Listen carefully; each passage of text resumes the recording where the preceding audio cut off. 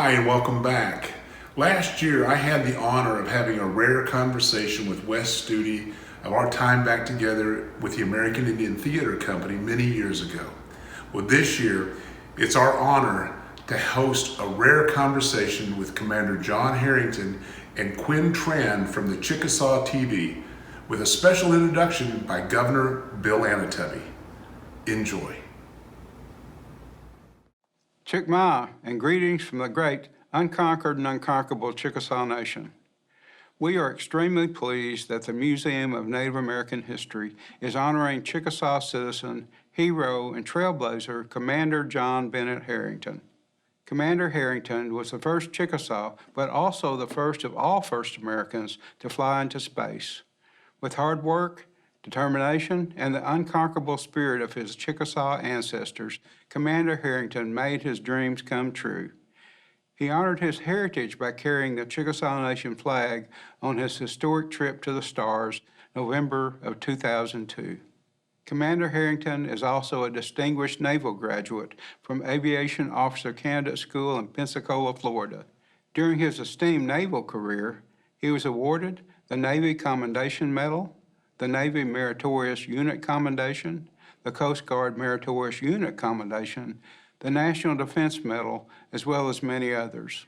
In 1996, Commander Herrington was selected by NASA to join the space program and has continued to soar ever since.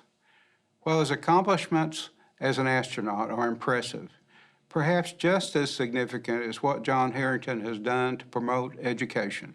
As a motivational speaker to young people, he encourages them to pursue their education and to reach for their own dreams. He has, without a doubt, positively impacted the lives of countless young First Americans. Today, Commander Herrington continues to be an inspiration to youth from all walks of life. He has encouraged young people throughout the U.S. to pursue education, such as STEM and aerospace programs, much like what we have in the Chickasaw Nation. John Herrington also remains devoted to his Chickasaw culture and heritage. He understands the importance of our language and stories, and that they are truly gifts to be honored and cherished and shared for the good of humankind.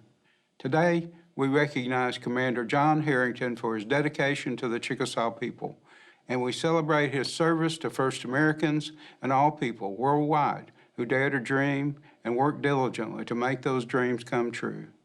Congratulations to Commander Herrington on his well-deserved recognition and honor from the Museum of Native American History. And thank you to the museum for your work and sharing the stories and remarkable successes of our First Americans.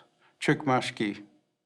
We're excited to connect today with Commander John Herrington. He is a Chickasaw citizen, a retired Navy commander, and a NASA astronaut, the first Native American to walk in space. It's so great to see you, Commander Herrington. Thanks for your time today. Oh, my pleasure, Quinn. Thank you for having me. Let's talk first about Space X. It's Okay. so exciting. It was so exciting for us to see. Was it just as exciting for you to see the shuttle launch and be back in space? Well, back when I was growing up, that's what was on TV was, people flying in space. And I think the generation that I came from was motivated by those folks that were going to the moon. And I can imagine now, first time, someone for the first time seeing an American astronauts, flying off American soil on a commercial vehicle, it has to be just as exciting, I think. SpaceX, be able to take American astronauts to space off of American soil, it's a lot of fun. It's always fun. It's intriguing, and it's exciting to watch humans fly in space. You were born in Wetumpka, Oklahoma. When did the fascination of flight come to be for you? Well, my dad was a pilot, and we used to fly. He learned to fly in Colorado Springs, Colorado. We moved very early out of Oklahoma. I think my folks lived in Tulsa. We lived in Norman.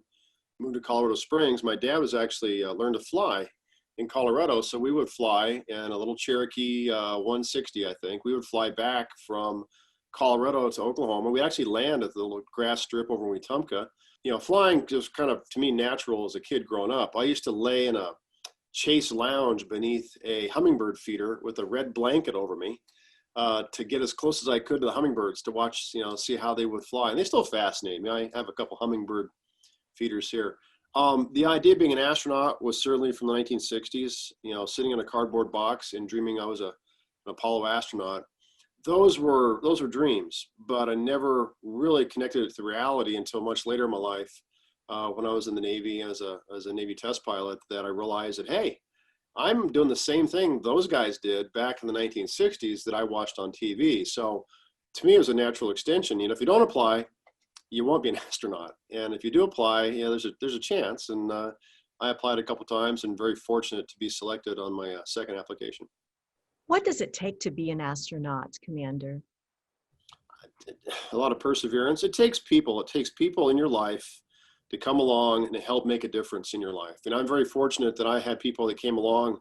When I had struggles in college, I didn't study very hard. Matter of fact, the first year I got kicked out of school. It wasn't that I wasn't intelligent, I wasn't motivated and was kicked out.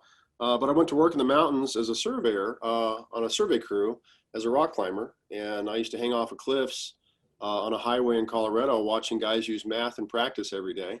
And first time I'd seen math out of a textbook and how people utilized it. And it was fun. And like I said, a guy came along I worked for and encouraged me to go back to school and not accept making, the lowest amount of money on the crew. He said, go back to school, be the engineer, be the one responsible for everything. And I listened. That was the key. And you became the first Native American to go to space and walk in space. Did you know how monumental that would be? Nope, I did not. I was very fortunate when I came to NASA. One of the folks that worked in Estella Gillette was her name. She worked in Equal Opportunity Office there at JSC, Johnson Space Center. And she came to me one day and she said, John, you're from the Chickasaw Nation, aren't you? And I said, yes, ma'am. And she goes, well, we have a bunch of kids coming down from the Alabama Coshada Reservation and tiny tot dancers. Would you like to meet them? And I said, I'd love to. And so I got to meet some folks from the Alabama Coshada Reservation, just north of Houston. And then I made a connection with a few other folks. And then somebody talked to somebody, and I was invited to speak at my very first major public speaking engagement was to the American Indian Science and Engineering Society at the George R. Brown Convention Center in Houston, Texas.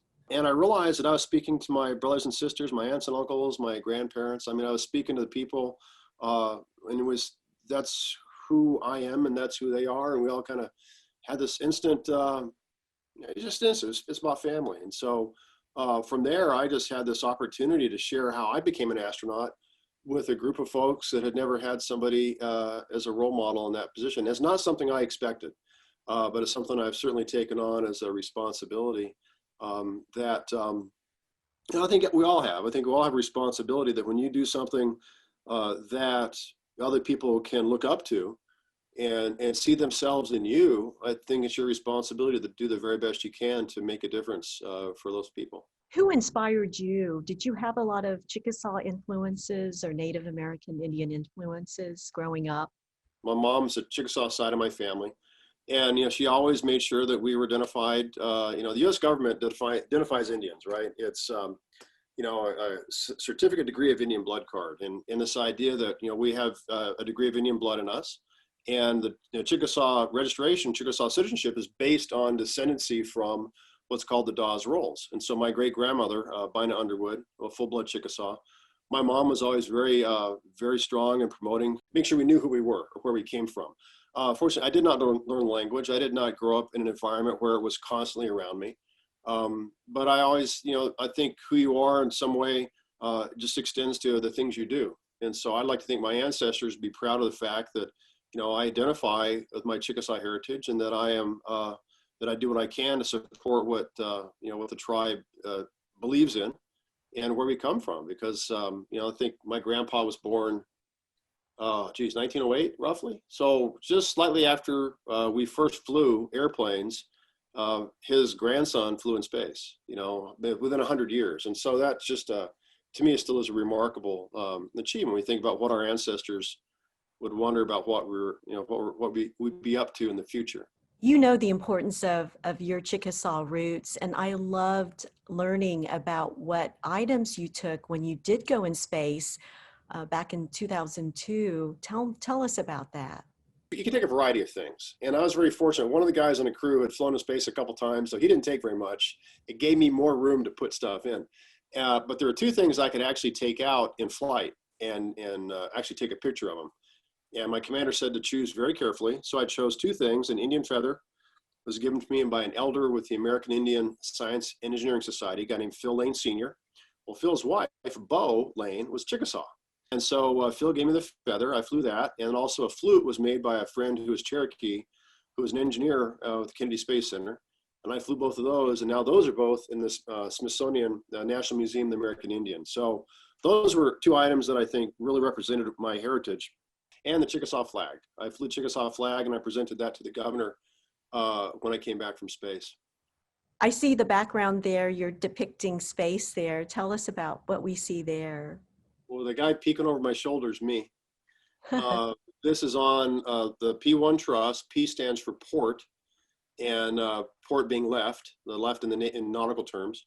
And so this is the first truss on the left side of space station, and that was my job with another guy to install it on the space station. So here I am peeking over the top of it with beautiful shot with the sun hitting the solar panels behind me in my suit, bright white. And it was an incredible view. It's about 220 miles above the surface of the earth. And I like to think those moments, I was told by a good friend named Jerry Ross. Jerry was a 7-time shuttle astronaut. And he said, at some point in your mission, stop and take a mental picture of what you're looking at and remember it, because it'll be far more beautiful than anything you could ever take with a camera. And so it was about that moment. I went over to the edge right over here. You can see my hand over here. And it was hanging on by a thumb and a forefinger, watching over the edge of the earth out into the vastness of the universe. And those goosebump moments, you know, where there's nothing between me and whatever else is out there. That was a pretty staggering time, pretty staggering moment in my life. My mom said, don't let go. And if you do let go, tether. And one of the things as astronauts, we practice. The idea that you're always tethered to something, you know, because if you aren't tethered and you push off, you know, you're going to float out into the vastness of the universe, and the shuttle may come get you at some point in time. But the idea was that when you let go, you better be tethered to something so you can do your work. And I think you go out with a level, certainly at the very beginning, a level of not trepidation, but this idea that it's a long way down. You know, you're looking past your feet, and it's 220 miles down to the surface of the earth. And our primary mission was to take 3 people to space and bring 3 people home.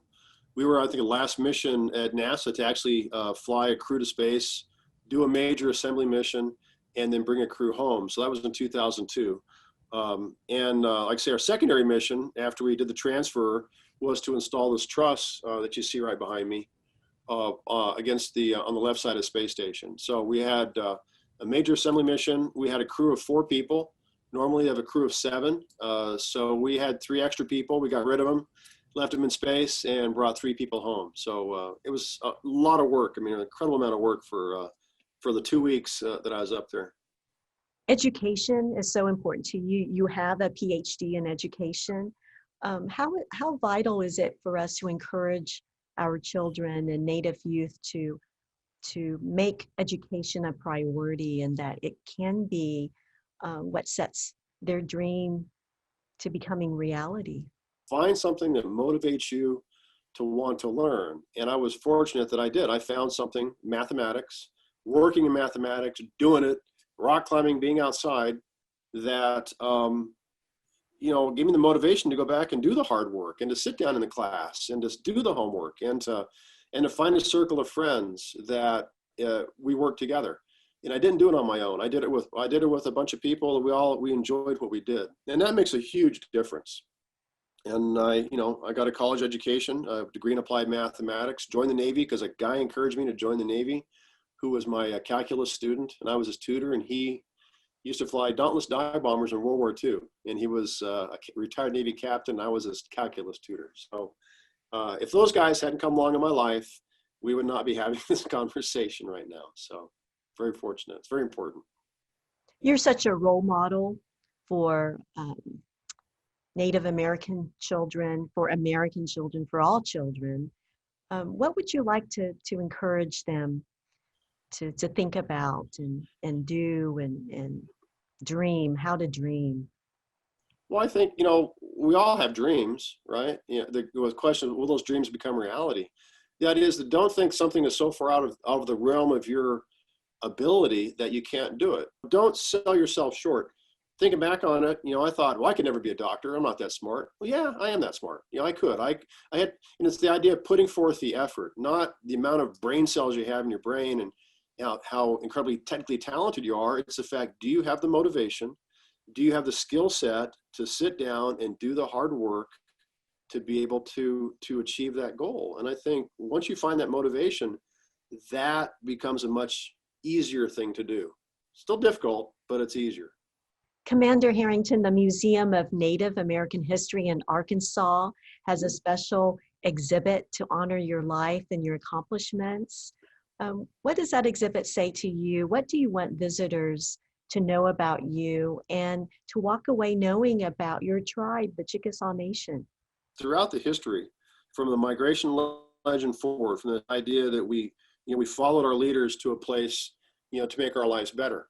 And that through all the trials and tribulations that our tribe has endured over the course of its existence, that we are where we are now because of that, because of leadership, because our leaders made the decisions that were in the best interest of the people, that they could survive. Be it siding, you know, early on with the English against the French, and then siding with Americans against the British, you know, and this idea that, you know, we need to protect ourselves. We need to find those things that will ensure our longevity.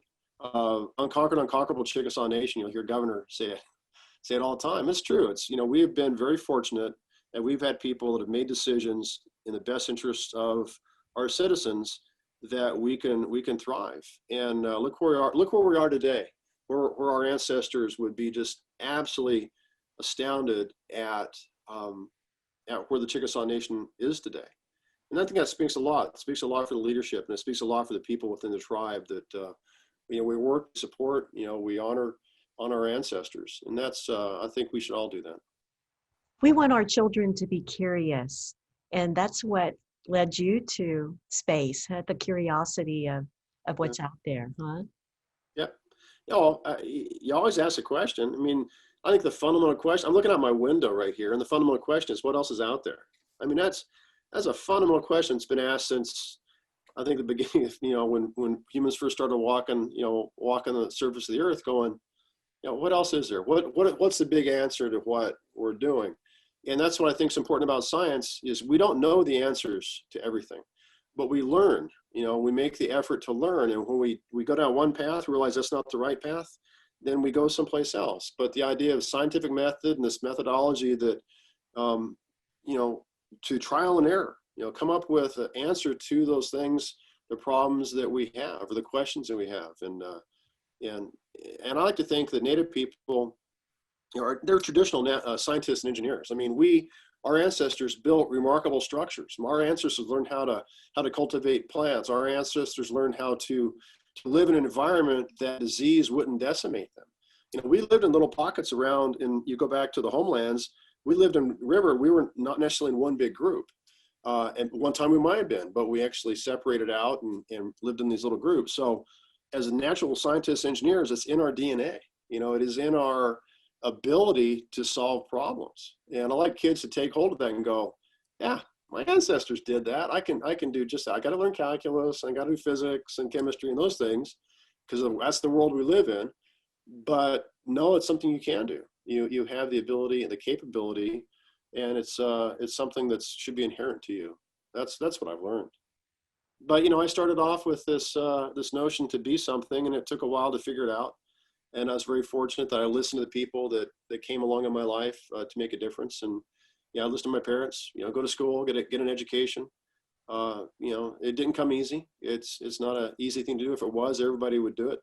So I just hope they take it on board and go, wow, I can achieve some stuff that I might not think I can achieve. And the feeling of satisfaction that comes from doing that, money cannot buy. It's not about what you make. It's about what you do to make what you do. And I've been very fortunate. I got paid to do stuff I love to do. We should all be so fortunate. Well, we thank you for your service, for being such a wonderful role model, and all of your accomplishments are fantastic. Thanks so much, Commander Herrington. No, my pleasure, Quinn. Thank you so much for having me.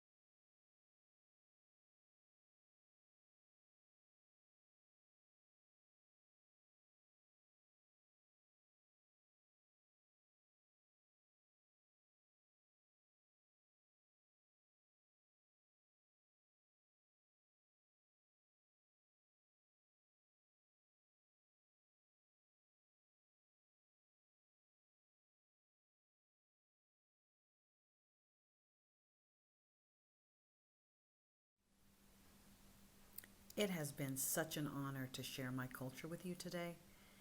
In Chickasaw, we don't have a word for goodbye. We say, Chapisa lacho, which literally means we will see each other again. Until then, Chokmashki, thank you so much for letting me be with you today. Bye. Thank you for participating in this year's program, and thank you so much to the Museum of Native American History in Bentonville, Arkansas. Keep looking up.